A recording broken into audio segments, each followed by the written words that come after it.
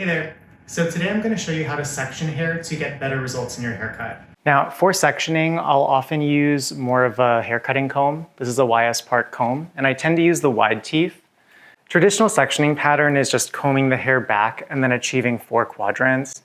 So that's achieved usually with like a center parting to divide the left and the right side. That parting works from the front hairline all the way back to center nape. So if you're having trouble getting it to split in half evenly, just stand right in front of where you're trying to section and then just draw a straight line down. And that's going to help you to split that hair. You kind of want to do it in like one sweeping motion if possible so you can get a really clean, smooth parting. And once you have your parting, you can always check if it's off by a little bit. You can just fix up that line until it's right. So now that you have your right and left side split, you want to split the front and back. So take your comb and just place it flat onto that crown, and you see where that comb is lifting off. That shows you the highest point of the head. If you keep a finger on that point and then take your comb, you can actually just draw a vertical line down, and it usually reaches to this point of reference that sits right by the ear.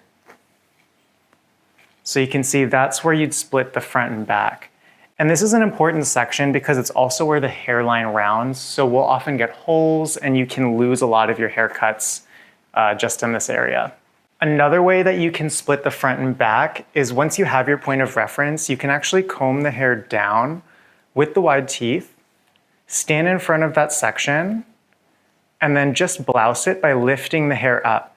And notice all of these little splits that are naturally occurring. So they'll be unique on each head that you're sectioning, but it'll often show you where a plane or where a change of direction is happening on the head, and it helps you to section out the hair a lot easier.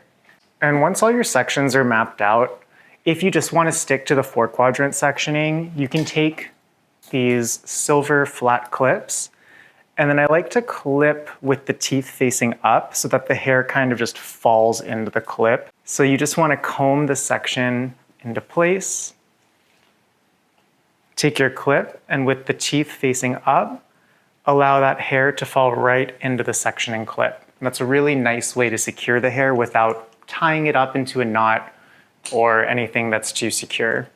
Because also with sectioning, sometimes you might think that you've sectioned everything really precisely and really perfectly, and then once you've tied up all the sections, you realize that one of them is uneven, or you have more hair in the right section than the left section. So if you actually start by clipping your sections up this way, it's a lot easier to correct yourself if you have any mistakes that you have to fix. You can actually tell quality clips. So this is a cheaper quality clip. This is not something I bought from a salon supply. This is something I bought from a big beauty retailer. We are going to switch to the professional clips and just watch. There's such a difference in the quality of what you get. Notice the other clip was like slipping right out and this one is nice and tight. And for those of us who have really long hair, the gator clips will actually be better. This is what I mean by like a gator clip. So it has stronger teeth. It can hold a lot more hair if you have really thick or really long hair. So consider the type of clip you're using when you're sectioning as well. But yeah, this is your 4 quadrant sectioning.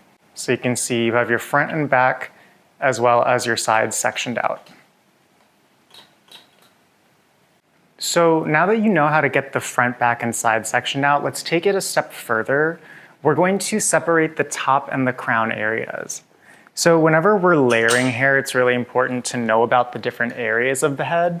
And I find that it's one of the things that's slept on, especially when we're taught how to cut hair in school. I think we get like a little lesson on the areas of the head, like apex, top, crown, blah, blah, blah, all that stuff. And you memorize it, sure, but you don't always fully understand the context of like why it's important during a haircut. And I can remember I took a class at the Redken Exchange. It was when I was probably like 20 years old, 19, 20, and it was a haircutting class. And we were learning about the head shape, and it was the first time that someone actually shared that you want to think about the head shape as it is kind of like the third line in a haircut. Now, when we're sectioning off the top, The important thing to think about is like where the head shape is changing direction. So once again, we can use our comb, just place it flat on the head and you'll see where it's lifting off once again. Usually it's around the recession area of the hairline. We're gonna take a horizontal parting back to that point of reference by the ear. So you can see that. That sections out your side and your top section. So now lifting the hair up, you can see maybe this one's a little bit lower and you can just make your fix. And I can actually see this is a really great visual. Look how that line is kind of like slightly diagonal. So what you want to look for is that your line is more horizontal. So even looking at this, I can just make this small little correction of that front corner. And that should make our line a lot more horizontal, which will make our balance a lot better in that top section. And now once you're happy with the top section, I'll usually just place this into a knot. So you can do kind of like a loose bantu knot. Just twist the section as you go and let those ends sit underneath the twist. Once you have a little bit of length at your tail, you can just take your clip and just secure the tail to the base. And that should hold your section of hair really nicely. For the sides, generally I'll keep them down because we're going to cut the sides first. So you can just repeat the same thing we did earlier and just place a flat clip with the teeth facing up. Now, when you have like thinner hair types, sometimes I'll only layer in this top area so we can respect the sides, because usually the sides will become really short if you overly layer it, and then you get this kind of like mullet short length, and then this disconnect all the way down into your actual length. So if you want to like keep fine or thin hair safer, or if you want to preserve all this length, you can keep all of your layering and shape in this top section, and then just trim the ends at a low elevation on the bottom sides, and that's going to keep everything a lot thicker looking. So now that you've got your top and your sides sectioned out, you want to section out your crown, back, and nape. The back area has the most amount of hair, so we do break it down a little bit more so that we can get a lot of control. And I like kind of sectioning out this much in the back because it lets me customize, like let's say how much layering I want to achieve, or how thick I want to keep someone's ends, or it even controls the amount of volume that we can create on the top.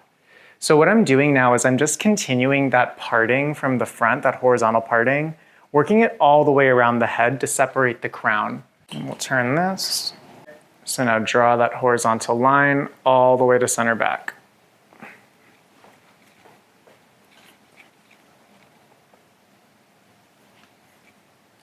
Now you can grab the side that you already sectioned out, and now your parting should work all the way across the back. So you kind of have this like round horizontal line that sections out the crown. And then I'll do the same thing that we did on the top. So just section it out into a bantu knot. Just twist the hair as you work your way around. Don't pull it too tight. Sometimes I think when you pull it too tight, the client could feel uncomfortable.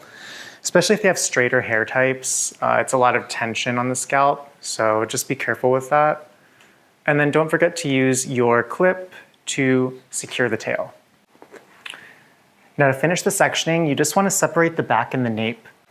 If you place this comb flat on the head, place it on the bottom hairline, and it's going to show you again where the comb is lifting off. That's going to be where the head is rounding. So that's where the nape turns into the back. And that's why the same thing happens where the back turns into the crown. Once you find that point of reference, it's once again just drawing a horizontal parting to separate the back and the nape section.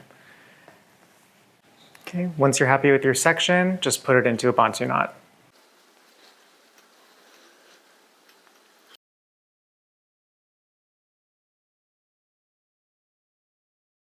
There we go. So you can see it coming along now. I find that the back section and the nape section needs to be customized often because everyone's occipital is different. For example, I have the widest occipital ever. It just really sticks far out. And so oftentimes when cutting hair on a shape that has like a really protruding occipital, you'll want to cut a shape that like flattens that out. But some people have really flat backs to their head. They're not big back. So they need to actually have volume added to that section in order to achieve a natural and flattering end result in their cuts. So this can be customized by your cutting line or your finger angle, depending on how you were taught how to cut hair. You might leave more volume in that area on someone who has a flatter back, and on someone who has a big back, like me, you'll actually cut it a little flatter to condense the area and make it a lot nicer to look at. All right, and this is our final section. So just combing the nape section down and placing our clip with the teeth facing up for organization. And you can see how really nice and clean this is. So just to review, this is the nape section. This is the back section. This is your crown. If you switch to the sides, you have your top and your side sections. Same with the front. So really understanding these areas of the head, it's going to give you the most control in how you want to layer the shape and how you can make it flattering for your individual client or your own head shape if you're cutting your own hair. I was taught this sectioning as it was called horizontal sectioning, and it was the first time that the areas of the head really clicked for me, and I started to understand, oh, if I want to condense the ends and make them feel more soft, I'm probably going to do most of my layering in the bottom nape area.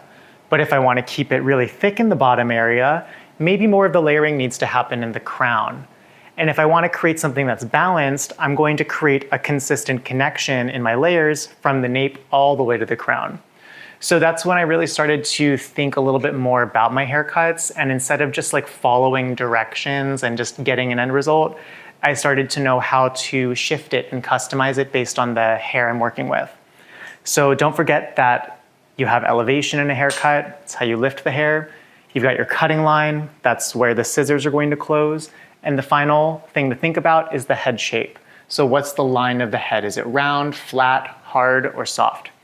And if you think about all these things, you should be able to do whatever you want when you cut hair. I hope this was helpful. Let me know if you liked this kind of a mini lesson of sorts on how to section hair. I know it's not teaching a full haircut, but I think that this kind of information is really good in like context with all of my other videos, because I often glaze over the sectioning as if it's not that big of a step, but it's one of the most important steps in the haircut. And if you practice this kind of sectioning, you're pretty much able to do any sort of haircut that you want to do. So practice, let me know how it goes, and then let me know what else you want to learn. Maybe there's some other foundations that I can share, and we'll talk more about it in the future. So I'll see you in the next video.